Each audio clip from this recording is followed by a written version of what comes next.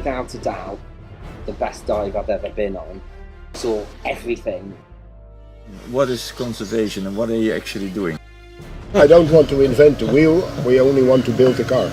I'm quite pessimistic about the way the world's going. Reefs the world over are getting worse quite quickly. So it's amazing to come to a place where such wealth of biodiversity is still very much intact. I met Hans at a sustainability event in Singapore. It was an event held by Eco-Business about the concept of nudging, how to persuade consumers to go green and be more environmentally responsible. And he was telling me about his project to make Papua Diving 100% renewable. Yeah, it was just interesting to learn more about Max the man, the character, former Special Forces. I wasn't expecting that in the Dutch army. Also, a father who's a former oil man, grew up in Nigeria and grew up surrounded by nature and animals, which I guess was the seed that spurred his love of nature and wanting to preserve it.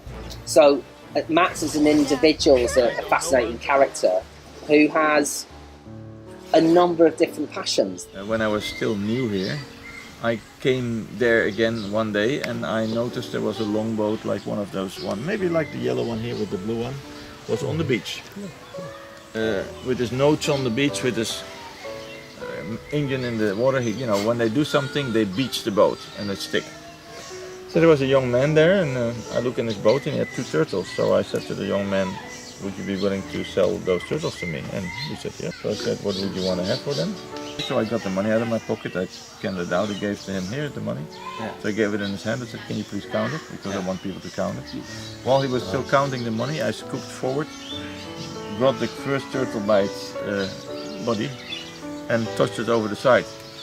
Now the guy thought it slipped out of my hand, so he jumped over the boat with the money still in his hands to catch this turtle.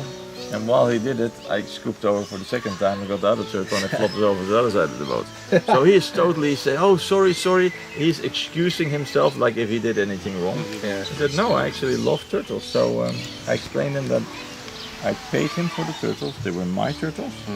And I happen to love turtles, so I prefer them to go away. And then I told him about he should talk to his grandfather and ask of the old days, how many turtles there were in the old days, because they're really declining very rapidly. Yeah. Now this young gentleman, he became one of our senior dive guides. And many years later he told me he never killed a turtle since that day.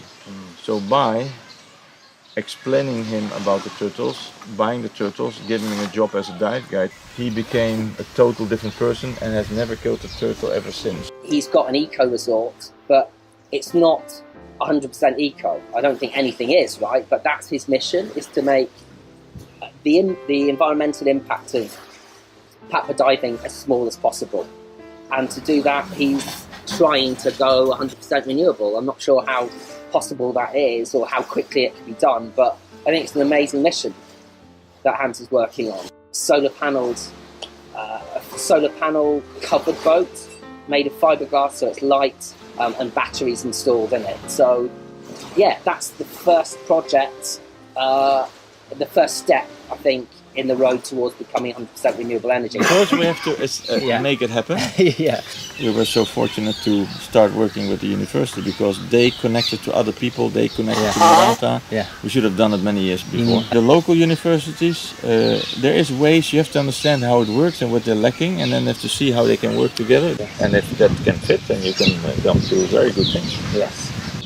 So I'm extremely thankful for everyone, also for Hans, to be willing to put his energy in this, because I know a little bit and 2 people know more, 3 people even more, but he definitely know a lot about all this, the different things you need to know.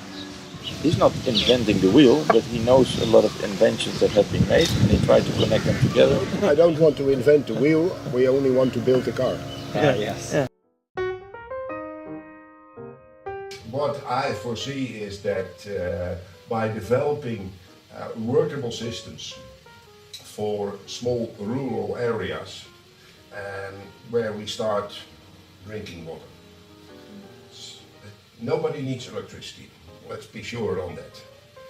It's absolutely useless. Stick your finger in the power socket and you know why. Yeah, that's it. We need what we can do with it. That is what we need. But if you don't need it, you don't have to produce it. So that's the first thing. How do we produce safe drinking water? How can we process wastewater in an efficient and safe way? That are the first needs. If you have no drinking water, you die.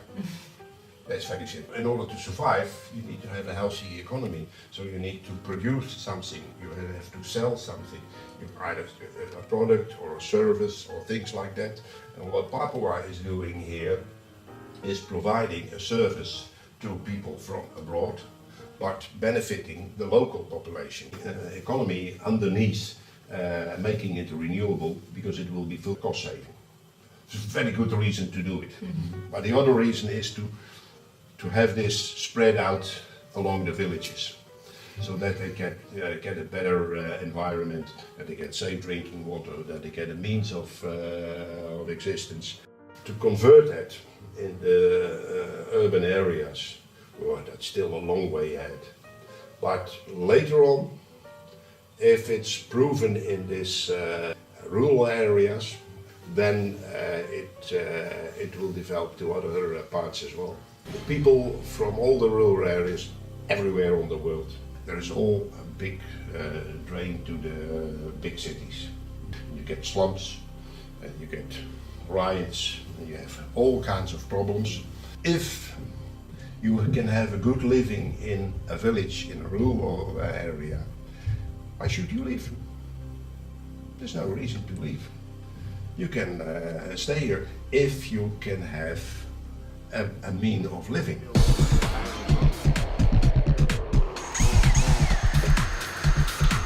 Using waypoints again.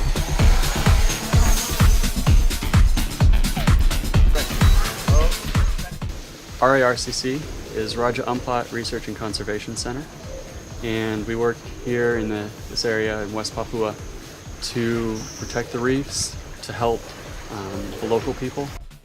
Under the water, to the shores, to the villages, all the way through the jungle, there's a whole ecosystem to help and preserve what we can. Why would you need a helicopter on top of a hill in a resort?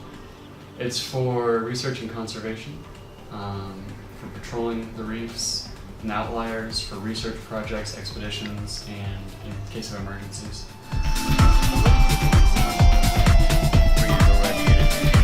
If it's the 40% now, your panic button is at 30%. Yeah. Don't tell me we will have a gap in the map, huh? No, it's all complete. Huh? The map is complete. Map is complete. Now it's just if we get the drone back. Yeah. He's coming back.